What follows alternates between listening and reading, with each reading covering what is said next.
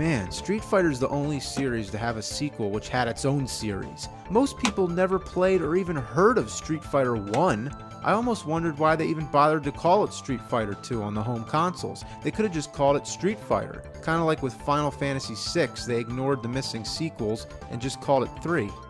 So whatever happened to the original Street Fighter? I have laid eyes on the arcade cabinet 20-something years ago, so I know it existed. Only in recent years I've discovered that it was ported onto the Commodore 64 and every home computer of the time before landing on the TurboGrafx 16 CD. Ah yeah, I finally get to talk about this thing. When Super Nintendo and Sega Genesis were fighting the 16-bit war, the TurboGrafx 16 was chilling in the background. It's a unique specimen. Its games didn't come on cartridges, but instead these neat little cards and CDs.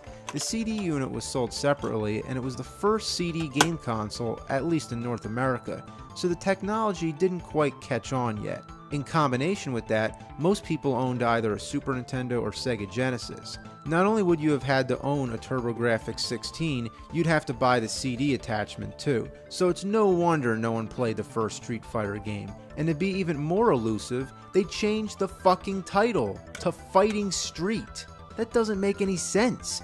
But at least you get to play as classic characters such as Ryu, George Washington, and Abe Lincoln.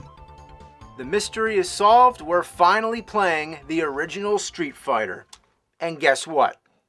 It sucks ass. I'm sure the arcade version was better, but this is lousy. And the only reason I say that is the control. The special moves only work whenever they feel like it. You can try to throw a Hadouken the entire fight and it'll never fucking work. Also, the voices sound like shit. Listen, don't forget the many gods like you all over the world. The only characters you get to play as are Ryu and Ken. They can only be selected by plugging the controller into the first port for Ryu and the second for Ken. There's no character select screen. There's a couple training stages thrown in. It's primitive, but for one of the first fighting games, it wouldn't have been bad aside from the awful control. Come on, do the move, do the move! Oh, you son of a bitch! Come on, do a Shoryuken! Oh, come on, Shoryuken! More like sure you can. It's no wonder why nobody remembers this game. Of all the revisions and turbo enhancements they've done to Street Fighter 2, an already great game, it makes me wonder why they weren't doing the same to the original to make it better. Street Fighter the Good Edition. How about that?